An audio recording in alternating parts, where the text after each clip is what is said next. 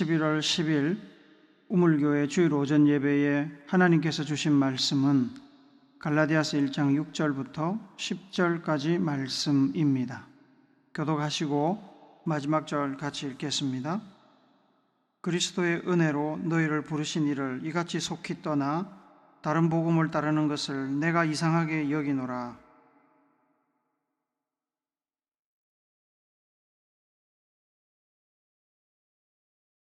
그러나 우리나 혹은 하늘로부터 온 천사라도 우리가 너희에게 전한 복음 외에 다른 복음을 전하면 저주를 받을지어다.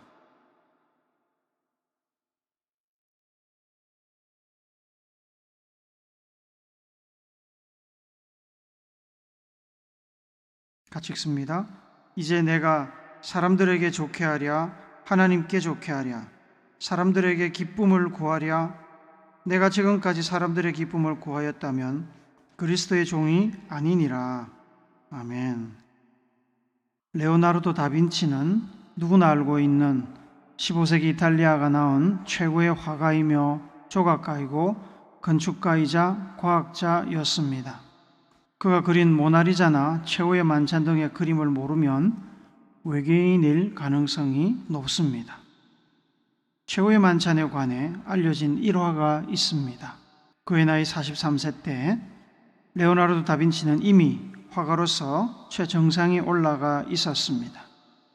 예나 지금이나 그림을 그리는 일은 돈이 많이 드는 일입니다. 레오나르도 다빈치도 그의 작품 활동을 돕는 후원자가 있었습니다. 그의 후원자는 이탈리아 밀라노의 루도비코 스포르자 공작이었습니다. 어느 날 루도비코 스포르자 공작이 레오나르도 다빈치에게 밀라노에 있는 산타 마리아 델레 그라치의 성당 벽에 예수님의 마지막 만찬 장면을 그려달라고 부탁해왔습니다. 혼자의 부탁을 받은 레오나르도 다빈치는 심혈을 기울여 예수님의 최후의 만찬을 그렸습니다. 최후의 만찬은 크기가 가로 8.8m, 세로 4.6m에 달하는 거대한 벽화로 1495년부터 그리기 시작해서 1498년에 완성했습니다. 그림의 중앙에 예수님께서 앉아 계시고 예수님의 오른손에는 성배라고 불리는 은잔이 들려 있었습니다. 예수님을 중심으로 양쪽에 12제자가 셋씩 그룹을 지어 예수님의 오른쪽에 6명, 왼쪽에 6명이 앉아 있었습니다. 작품이 완성되었을 때 레오나르도 다빈치는 아주 절친한 친구를 초청해서 그림을 보여주었습니다. 친구는 작품을 보고 놀라지 않을 수 없었습니다. 최후의 만찬은 레오나르도 다빈치의 그림 중 최고의 작품이었습니다. 특히 예수님의 손에 들린 은잔이 어찌나 섬세한지 그 잔에서 눈을 뗄 수가 없었습니다. 그래서 친구는 레오나르도 다빈치에게 예수님 손에 있는 저 은잔이 정말로 훌륭하다고 칭찬했습니다. 그 말을 듣는 순간 레오나르도 다빈치는 붓을 들어 은잔을 지워버렸습니다. 그리고 이렇게 말했다고 합니다. 이 그림에서 예수 그리스도 이외에는 어떤 것도 중심이 될 수 없다네. 그렇게 해서 은잔이 지워진 채 최후의 만찬이라는 명화가 세상에 공개되었다고 합니다. 베드로 사도는 예수님의 이름으로 말씀을 전하고 기적을 행한다는 이유로 다른 제자들과 함께 예루살렘 공회에 끌려 나가 신문을 받았습니다. 그는 과거와 달리 담대하게 예수님에 관해 대답했는데 답변 중에 이런 말을 했습니다. 사도행전 4장 11절 12절을 같이 읽습니다. 시작. 이 예수는 너희 건축자들의 버린 돌로서 집 모퉁이의 머릿돌이 되었느니라. 다른 이로서는 구원을 받을 수 없나니 천하 사람 중에 구원을 받을 만한 다른 이름을 우리에게 주신 일이 없음이라 하였더라. 베드로의 그 고백에 화답이라도 하듯 사도 바울 역시 고린도 교인들에게 말씀했습니다. 고린도전서 2장 2절을 같이 읽습니다. 시작. 내가 너희 중에서 예수 그리스도와 그가 십자가에 못 박히신 것 외에는 아무것도 알지 아니하기로 작정하였음이라. 하나님께서는 죄로 인해 죽을 운명에 빠진 인류가 구원받을 수 있는 유일한 길, 유일한 이름으로 예수님을 주셨습니다. 다른 길, 다른 이름은 없습니다. 그래서 사도 바울은 구원받을 유일한 이름인 예수만 알기로 작정했고, 예수만 전하기로 작정했고, 평생에 예수만 전하다가 죽었습니다. 그러한 초대교회 지도자들의 가르침을 따라 교회는 예수님을 기념하거나 대신할 어떠한 형상조차 만들지 않고, 비록 눈에 보이지 않지만 영원히 우리와 함께 계시는 하나님이자 하나님의 아들이신 예수님만을 믿고 의지하는 신앙 전통을 오늘까지 이어오고 있습니다. 예수만 알고 예수만 자랑했던 사도 바울은 갈라디아 지방에 있는 성도들에게도 편지를 쓰면서 이 점을 강조했습니다. 갈라디아 지방은 오늘날 튀르키예 영역에 포함된 지역입니다. 기원전 278년경에 세워졌습니다. 이곳에 있는 교회들은 바울이 선교 여행을 통해 개척하였습니다. 사도 바울은 갈라디아 교인들에게 이렇게 말했습니다. 갈라디아서 6장 14절 말씀을 세번역 성경으로 같이 읽습니다. 그런데 내게는 우리 주 예수 그리스도의 십자가 밖에는 자랑할 것이 아무것도 없습니다. 그리스도로 말미암아 내 쪽에서 보면 세상이 죽었고 세상 쪽에서 보면 내가 죽었습니다. 바울이 갈라디아 지역 성도들에게 이렇게 말한 것은 이유가 있었습니다. 그 이유는 갈라디아 지역의 교회에 바울이 가르치지 않은 새로운 사상을 전하는 사람들이 나타나 교회를 혼란스럽게 만들고 있었기 때문입니다. 그들을 유대주의자라고 부릅니다. 그들은 자칭 예수를 믿는 사람들인데 사도 바울과 다른 사도들이 가르친 것처럼 예수님만을 믿어서는 구원에 이를 수 없다고 주장하며 예수님을 믿어야 하지만 하나님의 백성인 유대인들처럼 할례도 받아야 하고 유대교의 전통적인 절기는 물론이고 모세의 율법도 지켜야 한다고 주장했습니다. 율법을 지켜야 하나님의 진정한 백성이 될 수 있고 믿음의 조상인 아브라함의 후손이 될 수 있고 구원이 완성된다고 가르친 것입니다. 바울이나 예수님도 유대인이고 하나님은 유대인의 하나님이기에 그들의 말은 설득력이 있어 보였습니다. 갈라디아 지역의 이방인 성도들은 그들의 말에 흔들렸습니다. 요즘과 같이 언제나 쉽게 읽을 수 있는 성경이나 교리서가 있던 것도 아니고 급하면 전화를 걸어 물어볼 수 있는 것도 아니었기에 모든 사람은 아니지만 성도들 중에 일부는 유대주의자들의 말에 수긍하게 되었습니다.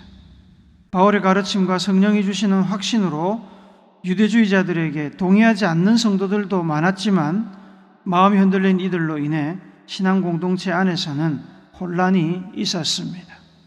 사도 바울이 이 소식을 전해 들었습니다. 화가 났습니다. 자기가 그렇게 고생하며 예수 그리스도의 복음을 전하고 가르쳐 세운 신앙 공동체가 유대주의자들의 거짓 가르침에 그렇게 쉽게 넘어갈 줄은 상상하지 못했습니다.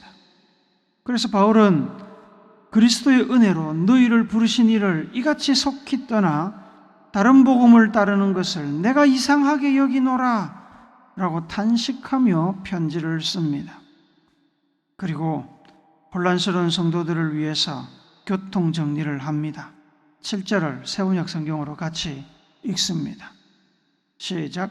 실제로 다른 복음이 있는 것은 아닙니다. 다만 몇몇 사람이 여러분을 교란시켜서 그리스도의 복음을 왜곡시키려고 하는 것뿐입니다. 바울은 율법을 지켜야 구원받는다는 유대주의자들의 새로운 복음을 부정합니다. 복음은 오직 하나밖에 없습니다. 예수님을 구세주로 인정하고 받아들임으로 믿음으로 구원받고 하나님의 백성이 됨을 분명하게 선언합니다. 갈라디아서 2장 16절 말씀 같이 읽습니다. 시작. 사람이 의롭게 되는 것은 율법의 행위로 말미암음이 아니요 오직 예수 그리스도를 믿음으로 말미암은 줄 알므로 우리도 그리스도 예수를 믿나니 이는 우리가 율법의 행위로서가 아니고 그리스도를 믿음으로써 의롭다함을 얻으려 함이라. 율법의 행위로서는 의롭다함을 얻을 육체가 없느니라. 율법이 있어야 구원받을 수 있다면 예수님의 십자가 죽음은 무의미하게 됩니다. 예수님의 십자가 죽음으로 인해 우리의 죄값이 지불되었고 우리는 오직 믿음으로 구원받게 되었습니다. 만약에 율법을 통해 구원받을 수 있다면, 예수님 말고 구원받을 다른 길, 다른 복음이 있다면 예수님이 죽을 필요가 없습니다. 만약에 다른 길이 있었다면 하나님도 예수님도 헛발질하신 겁니다. 예수님께서, 하나님의 아들께서 죽어야 했다면 그것은 반드시 죽어야 할 필연적인 이유가 있었던 것입니다. 예수님의 죽음 말고는, 예수님 말고는 구원의 다른 길은 없었기에 최후의 수단을 사용하신 것입니다. 갈라디아 지역 교회들 속으로 침투한 유대주의자들을 사도 바울이 특별히 심각하게 생각한 것은 그들이 교회를 흔드는데 교회 밖에서가 아니라 교회 안에서 흔들었기 때문입니다. 외부로부터 오는 공격은 오히려 내부 결속을 더 단단하게 하는 효과가 있습니다. 어렵지만 내부에서 마음을 하나로 모으면 이겨낼 수 있습니다. 그런데 유대주의자들은 교회 안에서 백성들을 흔들었습니다. 유대주의자들의 주장에 마음이 흔들린 사람들과 그렇지 않고 사도 바울이 교회를 설립할 때부터 전한 오직 믿음으로 구원받는다는 사실을 붙드는 사람들 사이에 틈이 생겼습니다. 그전에도 문제가 없지는 않았지만 최소한 공동체 존립의 근거가 되는 복음에 대한 이견은 없었습니다. 그러나 유대주의자들 때문에 이 공동체 존립의 근거가 흔들리게 되었습니다. 그래서 바울은 8절 9절에서 다른 복음을 전하는 자들에 대하여 저주를 받을지어다라고 매우 격정적인 표현을 사용하고 있습니다. 일반적으로 사도 바울과 다른 제자들 그리고 예수 그리스도의 복음을 전하는 사람들의 보편적인 목적은 예수님의 복음을 통해서 죄로 죽을 영혼을 구원의 자리로 인도하고 믿음의 공동체를 진리 위에 굳건히 세우고 하나님 나라를 확장하며 오직 예수님께 영광을 돌리는 것입니다. 하지만 유대주의자들의 목적은 그렇지 않았습니다. 앞서도 읽었지만 갈라디아서 1장 7절에서 바울은 그들의 1차적인 목적을 분명하게 분석합니다. 다만 몇몇 사람들이 여러분을 교란시켜서 그리스도의 복음을 왜곡시키려고 하는 것뿐입니다. 유대주의자들의 목적은 믿음 안에서 하나된 교회 구성원들을 헷갈리게 만드는 것입니다. 바울로부터 배워 알고 있던 참 복음에 대한 믿음을 흔들어서 구원에 대한 확신을 무너뜨리는 것입니다. 거기서 그치지 않습니다. 갈라디아서 4장 17절 같이 읽읍시다. 시작.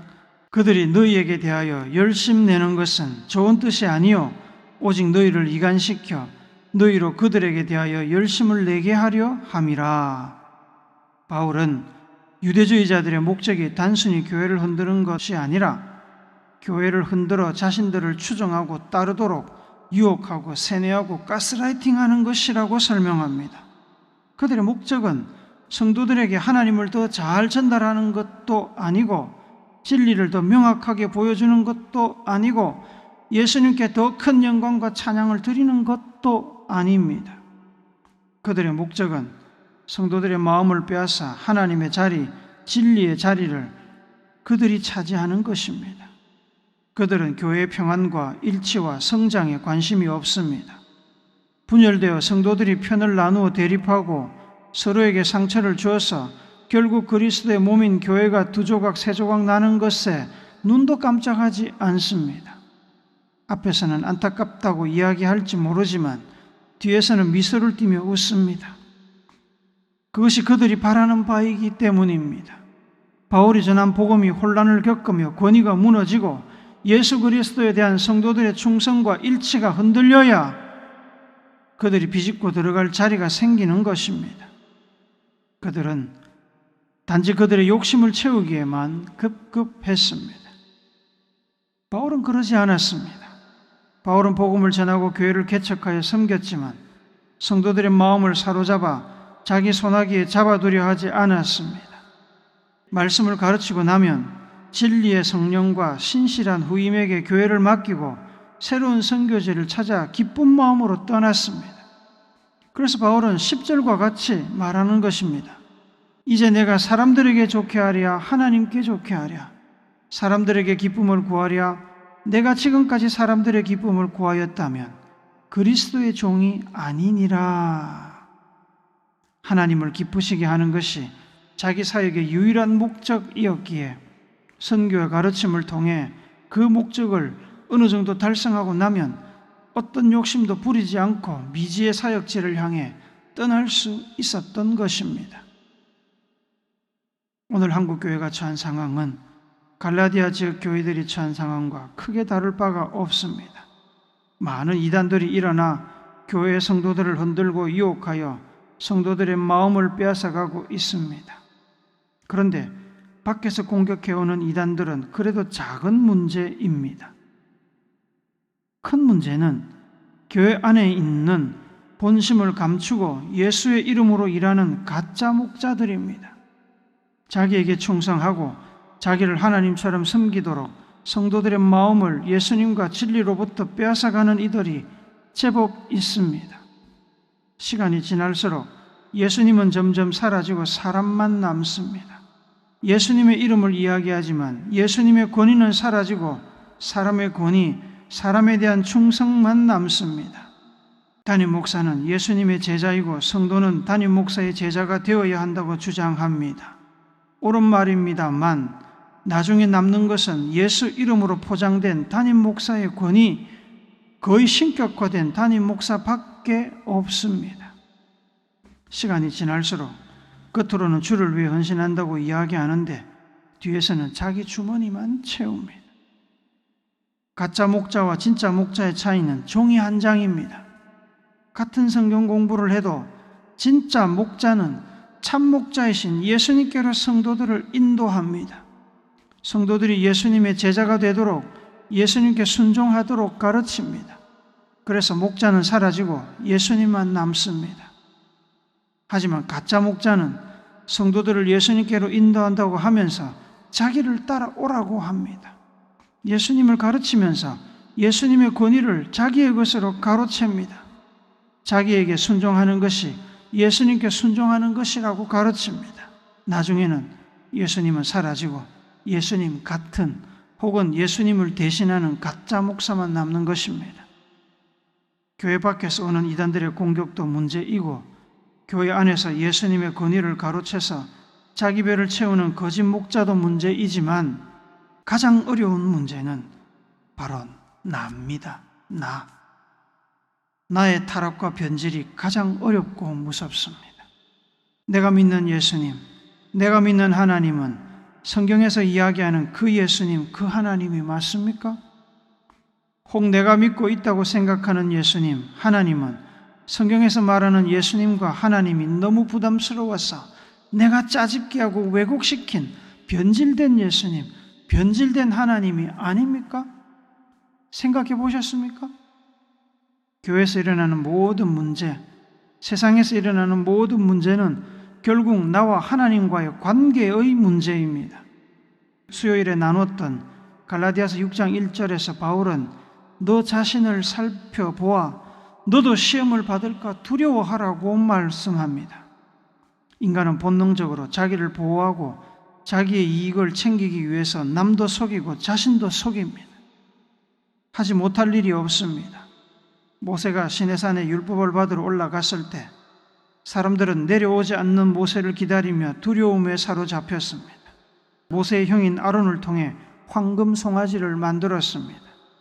그러고는 그 황금 송아지가 이스라엘 민족을 출애굽시킨 여호와 하나님이라고 숭배하며 잔치를 벌였습니다.